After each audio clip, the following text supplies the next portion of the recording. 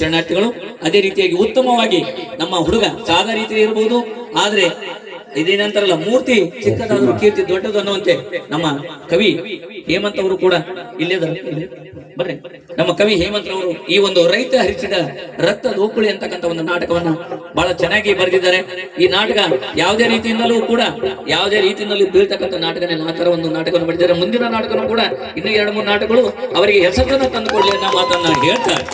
ಅದೇ ರೀತಿಯಾಗಿ ನಿಮ್ಮೆಲ್ಲರ ಆಶೀರ್ವಾದ ಸಭಾ ನಮ್ಮ ಕಲಾವಿದರ ನಮ್ಮ ಹುಡುಗರ ಮೇಲೆ ಇರಲಿ. ಏನೋ ಕಷ್ಟಪಟ್ಟು ಹುಡುಗರು ಕಲ್ತಿದ್ದಾರೆ, ನಮ್ಮ ಕೈಯಲ್ಲಿ ಸ್ವಲ್ಪ ಪ್ರಯತ್ನ ಮಾಡೋದನ್ನ ನಾವು ನೀವು ಕಲಿಸಿದೀವಿ. ಇದರಿಂದ ಬಹಳ ತಪ್ಪುಗಳು ನಮ್ಮ ಹುಡುಗರಿಂದ ಮಾಡುತ್ತವೆ. ಯಾಕಂದ್ರೆ ಕಲೆಗೆ ಒಂದು ನೆಲೆನೇ ಇಲ್ಲ. ಹಂಗಾಗಿ ಏನಾದ್ರೂ ತಪ್ಪುಗಳು ನಡೆದ್ರೆ ನಿಮ್ಮ ಒಂದು ಮಕ್ಕಳು ಅಂತಂದು ಹೇಳಿ ಅದನ್ನ ಸುಧಾರಿಸಬೇಕು ಅನ್ನೋ ಮಾತನ್ನ ಹೇಳ್ತಾ, ಆ ಒಂದು ತಾಯಿಯ ಆಶೀರ್ವಾದ ಸದಾ ಅಲ್ಲಿಪುರದ ಎಲ್ಲಾ ಗ್ರಾಮಸ್ಥರ ಮೇಲೆ ಇರಲಿ.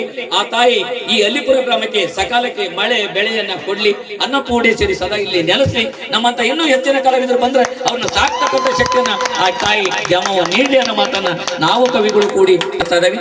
ಇನ್ನೊಂದು ಬಹಳ ಇಂಪಾರ್ಟೆಂಟ್ ಅಂದ್ರೆ ಮನೆ ಕಟ್ಟಲಿಕ್ಕೆ ಸಣ್ಣ ಕಲ್ಲುಗಳು ಏನ್ ಬೇಕೋ ಅದೇ ರೀತಿಯಾಗಿ ನಮ್ಮ ಸಂತೋಷಣ್ಣ